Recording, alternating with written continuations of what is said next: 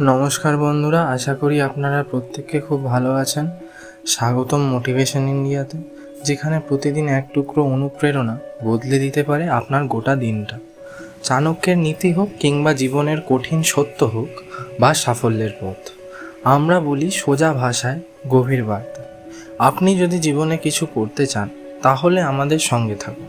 এটাই motivation India. এখানে কথা নয়, কাজই প্রমাণ। আজকের মোটিভেশন ভিডিওটা চাণক্যের ওপর ভিত্তি করে। তো চলুন বন্ধুরা, আজকের ভিডিওটা এখান থেকেই শুরু করা যায়। এক অপমানিত ব্রাহ্মণের ইতিহাস বদলে দেওয়ার গল্প। কখনো কি ভেবেছেন একজন অপমানিত দারিদ্র ব্রাহ্মণ রাজসভার দরবার থেকে তাড়িয়ে দেওয়া মানুষ কিভাবে গোটা ভারতে ইতিহাস বদলে দিতে পারে? এই গল্প শুধু চাণক্যের নয়, এটা একটা অটুট প্রতিজ্ঞার, অসীম ধৈর্য আর স্বপ্নের জয়। তক্ষশিলা নগরে জন্ম এক ব্রাহ্মণ পণ্ডিতের, নাম চাণক্য। দেখতে সাধারণ, মুখে কঠোরতা, কিন্তু মস্তিষ্ক ছিল 1000 বছরের থেকেও প্রগাঢ়।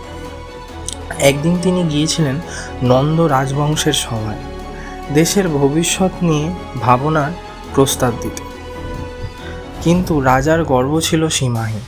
তিনি চাণক্যকে অপমান করে সভা থেকে বের করে দিলেন। চাণক্য তখন প্রতিজ্ঞা করলেন, এই রাজবংশকে ধ্বংস না করে আমি নিজের চুল মাটিতে রাখব না। তখন চাণক্য রওনা দিলেন এক অনুসন্ধানে। তিনি খুঁজছিলেন এমন একজনকে যাকে তিনি গড়তে পারবেন রাজা হিসেবে। তিনি পেলেন এক কিশোর, চন্দ্রগুপ্ত মৌর্য বলে। বংশে কৌলীন্য ছিল না, কিন্তু চোখে আগুন ছিল।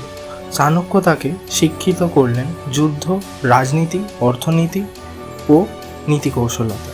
তিনি বললেন, তুমি শুধু তরবারি চালানো শিখবে না, রাজ্য চালানো শিখবে।